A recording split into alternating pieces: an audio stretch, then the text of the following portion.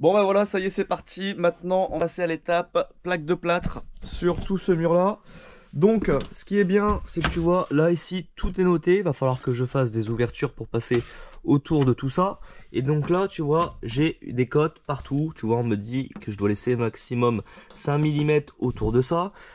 Tu vois, si je veux, je viens présenter ma plaque de plâtre. Je l'appuie dessus. Et ici, en fait, j'ai des repères qui se font grâce aux petites pointes.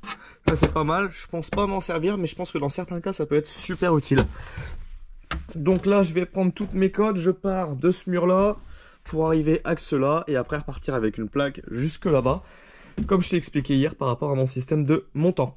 Donc, on va faire attention de bien sortir aussi tous les câbles là où il faut. Donc ici, tu vois, pour le miroir. Ici, ma double prise et là, ma prise qui va être intégrée à ma colonne. Donc, faut rien oublier pour pas être embêté par la suite. Donc pour ça, on va utiliser une plaque de plâtre spécifique qui s'appelle le Solidrock, qui vient de chez Signat. Le Solidrock, c'est quoi? C'est une plaque haute dureté qui peut accueillir jusqu'à 200 kg. Donc tu vois, c'est énorme, c'est pour ça qu'il fallait faire quelque chose de costaud derrière pour pouvoir y mettre mes meubles vasques. Moi, j'utilise toujours ça quand je sais que par exemple, je vais avoir une télé à accrocher ou dans les cuisines quand j'ai des meubles hauts. Je m'embête pas à faire des calages de bois derrière, parce que moi, je n'aime pas faire de cette façon-là. Ça ne regarde que moi. Et donc je trouve que c'est super parce que cette plaque elle est à la fois haute dureté, hydro et acoustique. Donc ça c'est juste génial, elle te fait plusieurs choses en même temps. Donc le côté hydro, ce qui est bien, c'est que là, par rapport au meuble vasque, c'est top. Ici, j'aurais très bien pu en mettre, sauf que je suis tellement allé vite que j'en ai pas mis. Alors qu'en plus j'en ai même là, stocké là. Mais franchement, c'est pas grave, il n'y a pas de risque de projection d'eau ou autre. Donc sincèrement, moi ça ne me dérange pas de pas en mettre, mais j'aurais pu le faire. Je n'y ai juste pas pensé, c'est tout. C'est un oubli de ma part, mais c'est pas une erreur dramatique en soi. Donc là, maintenant que tout ça est fait, on passe à la plaque de plâtre, on prend les cotes, les découpes, etc. et on fait ça correctement. Sauf que là, je vais avoir besoin de chéri parce que mes plaques de Solidrock, elles sont là et je ne sais pas si je vais réussir à les sortir tout seul. Je vais essayer, s'il faut, chéri viendra en renfort. Allez, c'est parti.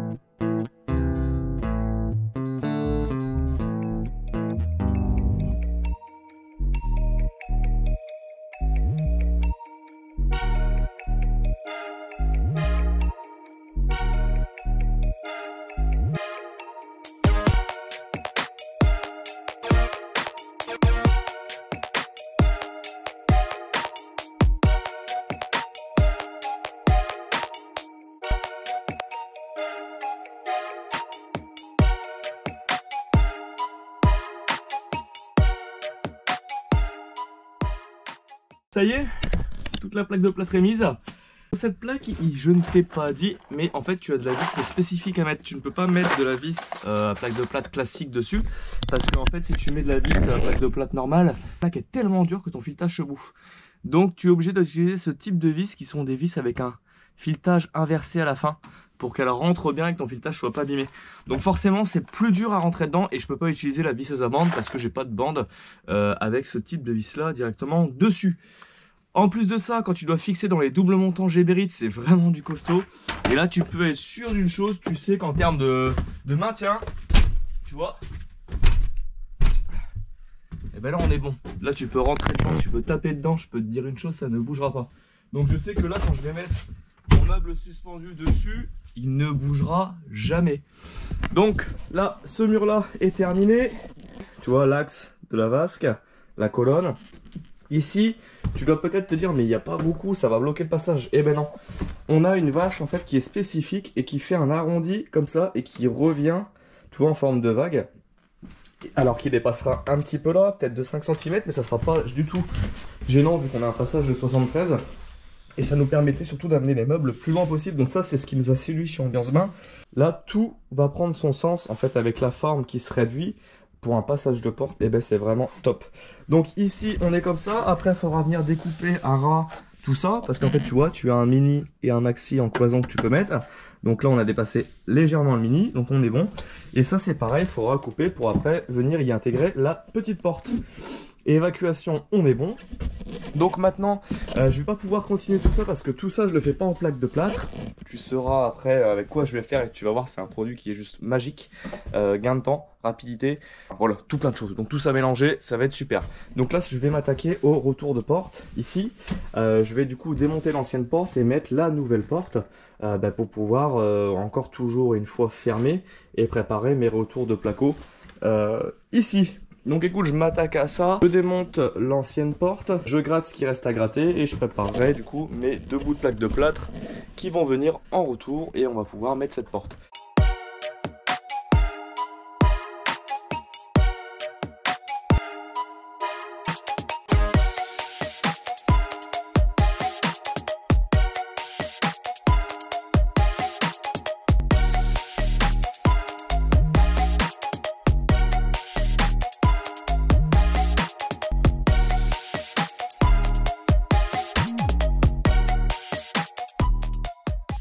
Petite astuce, là tu vois, je vais passer vraiment pile poil avec mes plaques de plâtre pour avoir l'encastrement qu'il me faut pour ma porte.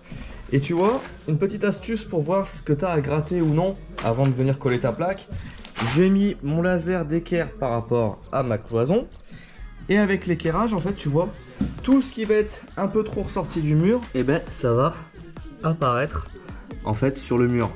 Donc tu vois, ça c'est vachement bien quand tu veux vraiment être sûr qu'il n'y a rien qui va gêner, plutôt que de t'embêter avec un niveau, une équerre, etc. Tu fais avec ton laser et là tout va s'afficher, tout ce qui n'est pas bon, tout ce que tu dois gratter et va apparaître grâce au laser. Voilà, petite astuce comme ça que je voulais te montrer avant de continuer de gratter.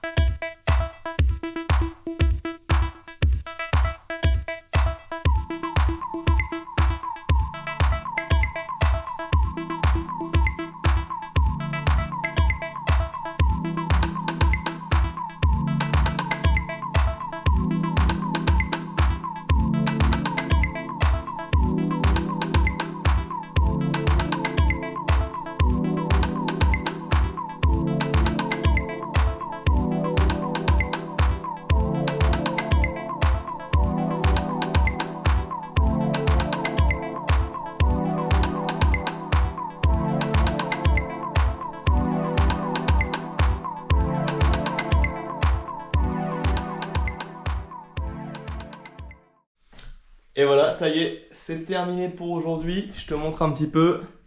Porte installée. Donc pour l'instant, c'est un raillage provisoire. Alors pourquoi? Parce que j'avais plus de rails.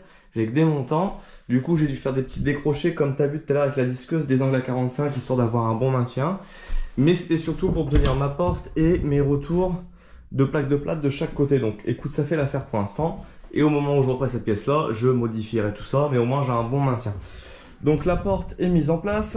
J'ai récupéré l'ancienne poignée de l'ancienne porte, histoire de pouvoir l'ouvrir et la fermer. Et tu vois, mes retours sont faits. Donc fixé de chaque côté sur mes rails et collé à la mousse PU comme tu as vu. J'ai l'habitude de faire ça et ça fonctionne très bien parce que j'avais pas beaucoup d'épaisseur. De 1, j'avais pas envie de faire du map, et de 2, j'ai pas beaucoup d'épaisseur, donc ça tiendra largement histoire de me faire un maintien contre le mur. Une fois que c'est sec, c'est de la carne, ça ne bouge pas. Donc tu vois, ça y est, ça se dessine. Maintenant, il n'y a plus qu'à attendre ce qu'on va mettre ici pour pouvoir continuer cette salle de bain. Mais pour ça, faudra attendre. Normalement, livraison dans la semaine. J'ai hâte de vous montrer ça. On y retourne. Donc aujourd'hui, on passe à la plomberie encastrée ici. Alors je t'explique, c'était pas du tout prévu. À la base, on devait partir simplement sur une colonne de douche. Et en fin de compte, on s'est dit pour ajouter encore plus de style à cette salle de bain, cette salle d'eau, on va y rajouter une colonne encastrée. On installe ça. Donc ça vient de chez Grohe, tu vois, c'est un kit avec la pomme de douche qui ressort du mur et le ciel de pluie.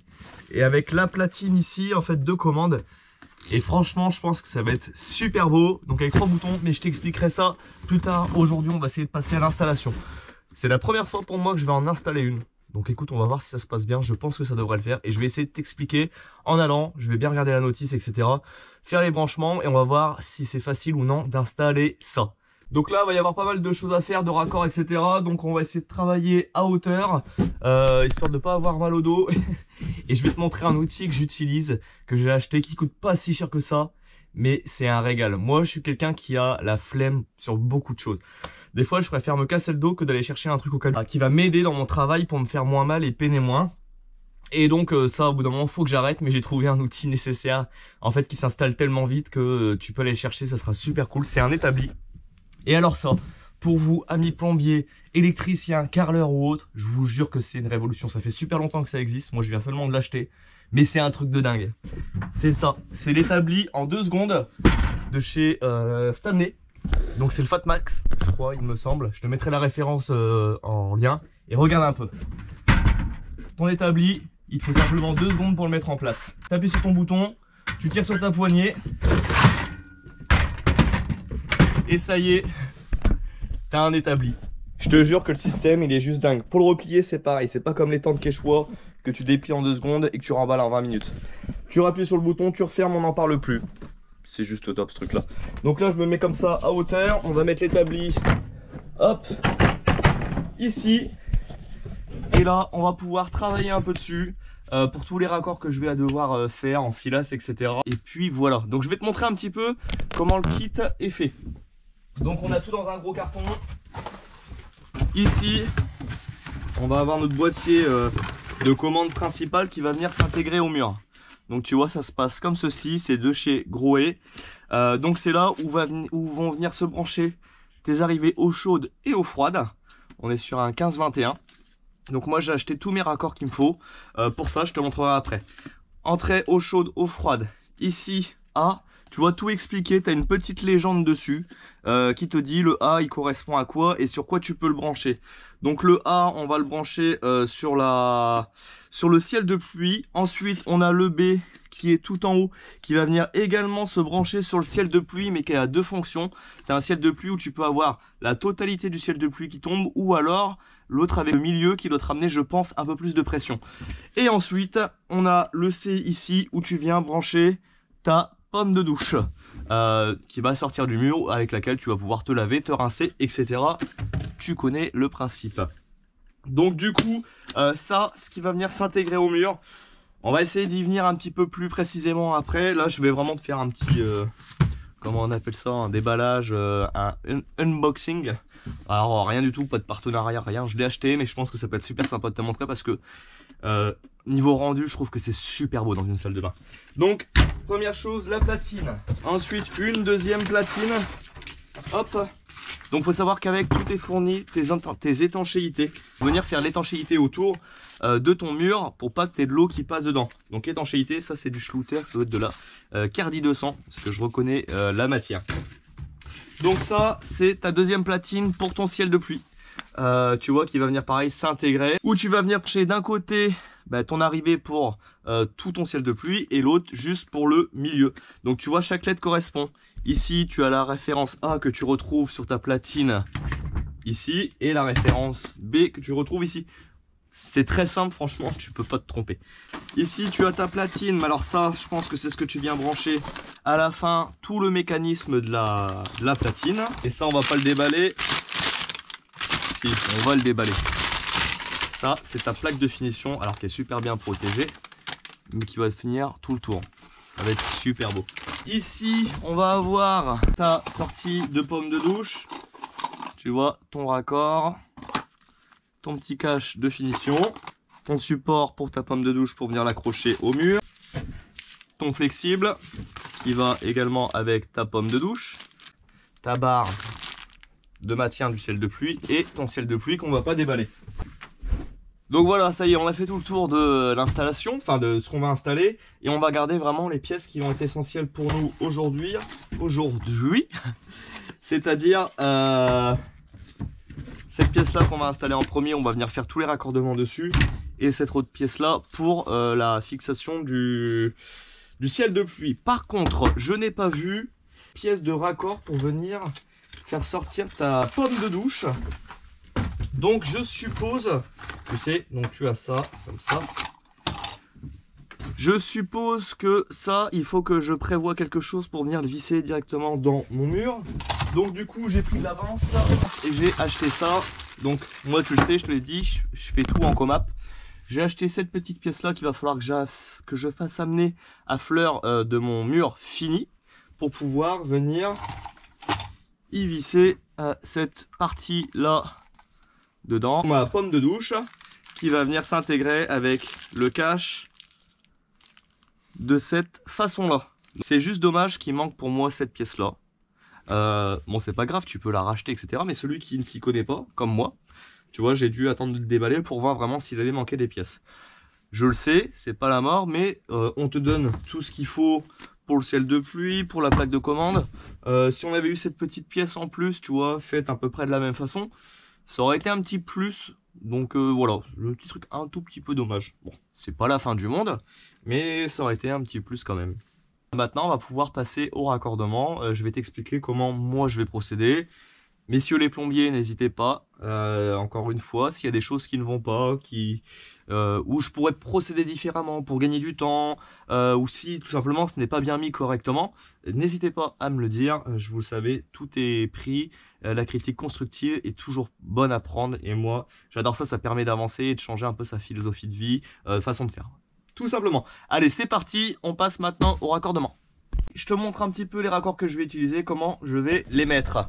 Donc moi, j'ai acheté différents raccords. Donc du raccord en mâle, comme ça, qui va venir se mettre sur les côtés ou au-dessus, avec de la filasse et du jet batou, donc de la pâte à joint, pour faire une bonne étanchéité.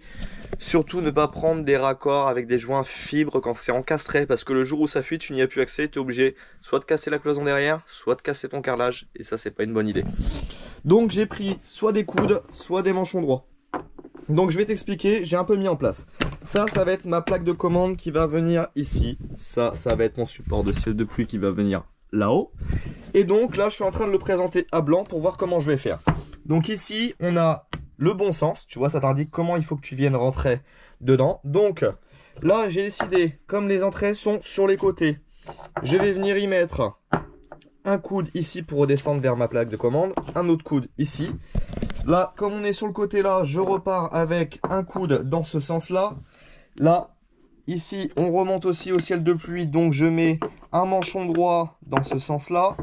Et ici, je repars vers ma pomme de douche qui sera au même niveau que ma plaque de commande.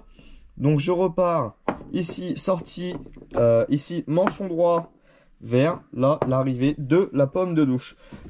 Et ici, on va y mettre arrivée d'eau chaude, arrivée d'eau froide droit, car moi, j'ai mes deux multicouches qui remontent comme ceci. Donc, pour te faire un schéma, ici, on a la plaque de commande, ici, on a entrée eau chaude, ici, on a entrée eau froide.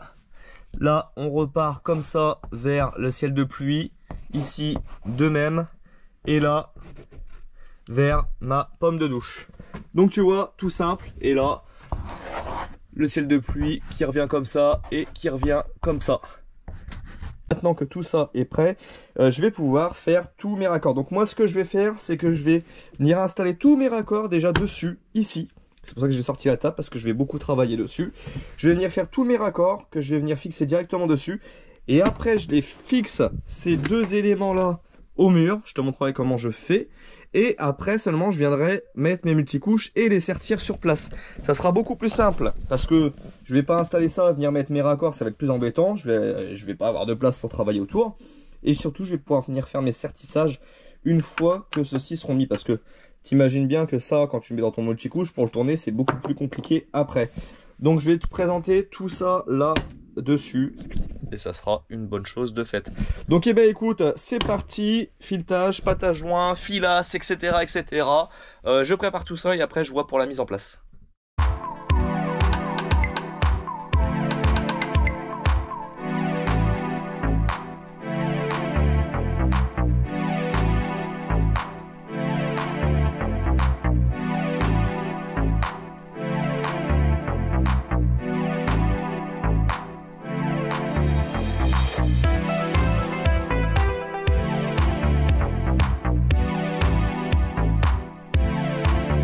Maintenant, ce qu'il va falloir que je fasse, c'est que je fixe ça à la hauteur désirée et surtout à la profondeur également, parce qu'il y a une profondeur à suivre. Ici, tu vois, c'est noté minimum 75 mm là où doit arriver ton produit fini. Donc ici, moi, si tu veux, le truc c'est que je peux pas me fixer directement sur mon placo, sinon j'ai mes chevilles qui vont ressortir derrière, ça serait un peu dommage. Donc là, pour le coup, je vais me faire des plaques en bois. Mais là, pour le coup, j'ai vraiment pas le choix. Donc ce que je vais faire, c'est que je vais me préparer deux platines en bois pour pouvoir fixer mes deux consoles. Je vais prendre ma défonceuse, je vais me préparer deux grosses planches de bois que je vais défoncer pour qu'elles viennent faire ici. Alors je vais te faire un dessin, ça sera plus simple. Là, ici, j'ai mon placo existant, tu vois, qui est là. Ça, c'est la vue de dessus de ce placo-là. Moi, par la suite, je vais venir rajouter une double peau de placo de l'autre côté de cette cloison pour pouvoir monter jusqu'en haut. Donc ce que je vais faire, je vais me préparer, là, on est toujours sur le champ de la planche, deux grosses planches que je vais venir... hop, défoncer cette partie-là, pour qu'elle vienne s'encastrer, hop, comme ça ici. Donc ce qui va faire que je vais ouvrir là, de l'autre côté, je vais avoir des planches qui vont être apparentes, mais quand je vais venir remettre ma double peau ici, ça sera caché. Comme ça, là, je vais avoir un bon maintien pour ici ma console. Donc j'ai des planches type planche de coffrage qui font 25 mm d'épaisseur que je vais venir défoncer du coup sur 13 mm, l'épaisseur de cette planche, de cette plaque de plate là, qui vont venir se fixer par derrière. Je vais venir refixer ma console directement dessus. Comme ça je vais avoir 25 mm de prise et je suis sûr que ma console elle ne bougera pas. Donc là je vais regarder l'écartement que je vais mettre à mes rails et ça va me définir ce qu'il faut que je laisse ici fini.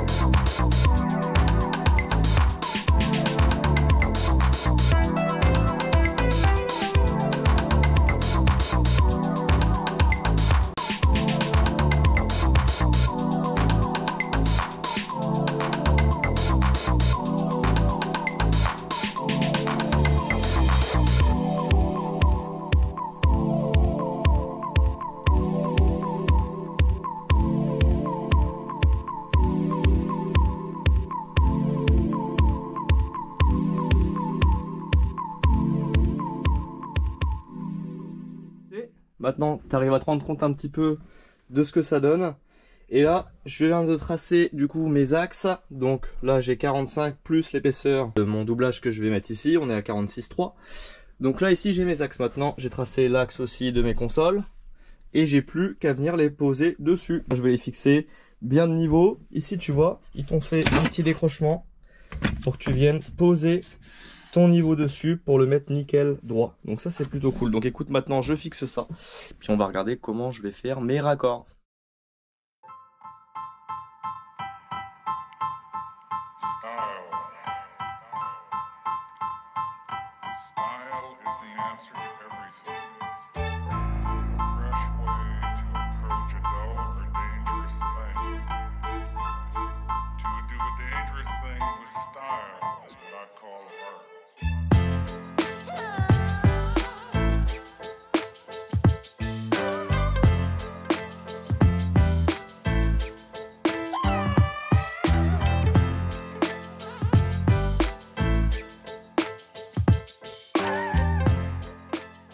J'ai fait déjà ma préparation du coup sur mon ciel de pluie et aussi sur la pomme de douche. Donc ce qu'il faut que je pense, parce qu'en fait sinon je vais être embêté, si tu veux là je peux pas les sertir sur place parce qu'en fait la mâchoire, tu vois, ne passe pas là avec le côté du système. Donc ce qu'il faut que je fasse, j'y ai pensé, j'ai fait attention à ça, tu vois. Ça c'est rare. Et du coup j'ai déjà quand même mis en place partout là où ça doit aller. J'ai fait des repères. J'ai préparé la taille de mes tuyaux. Et ce que je vais faire, c'est que là je vais les dévisser pour pouvoir au moins sertir ceux que je ne peux pas. Donc il y a celui-ci et les deux coups d'en haut. Le reste je vais pouvoir. Là il va falloir que je pense à le sertir ici avant de le mettre dedans. Tu vois, j'ai agrandi mon trou. Je vais le faire encore un poil plus grand. Et puis je vais protéger comme j'ai fait là, tu vois, en mettant de la natte. Donc du coup je démonte, je les retire, je les sertis et je les remets en place, comme ça tout est déjà pré-percé et je vais pouvoir le fixer correctement par la suite. Donc faire attention à ce genre de petits détails là parce que si tu fixes tout, c'est foutu, après tu peux plus rien y faire. Donc là je vais faire tout ça.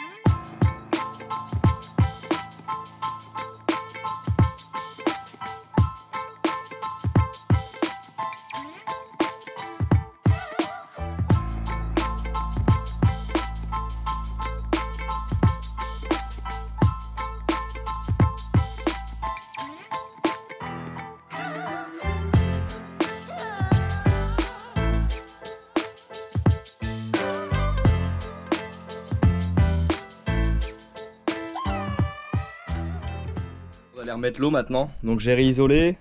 Il y a des endroits où je remettrai un peu plus après, je veux juste vérifier mes raccords. Parce qu'avant de plaquer, il faut quand même vérifier que tu n'as aucune fuite au niveau de tes raccords. Donc là, je suis un peu comme ça, je suis tout seul, chérie n'est pas là. Donc écoute, je vais te mettre là, tu surveilles. Et s'il y a de l'eau qui sort, tu cries. Tu dis stop. Allez, je compte sur toi. Alors t'as pas crié? Moi j'ai attendu. Non, c'est tout bon. Pas de fuite. Je t'avoue que je suis rassuré, parce que si ça avait commencé à couler et que j'étais tout seul, ça craint un peu. Donc là, on est bon. On n'a pas de fuite au niveau des joints de filasse. Au niveau des raccords multicouches aussi. Pour une première, c'est bien. Bon, attention, hein, là c'est que le gros. Hein. J'ai pas encore mis tout le mitigeur, etc. Mais voilà, je suis content, je suis rassuré. Bon, je vais pouvoir passer au plaquage pour mettre mon doublage. Et là, je vais pouvoir t'expliquer quel produit je vais utiliser. Et tu vas voir, on va utiliser un produit. Ça va être d'une facilité et un gain de temps. Ça va être juste incroyable.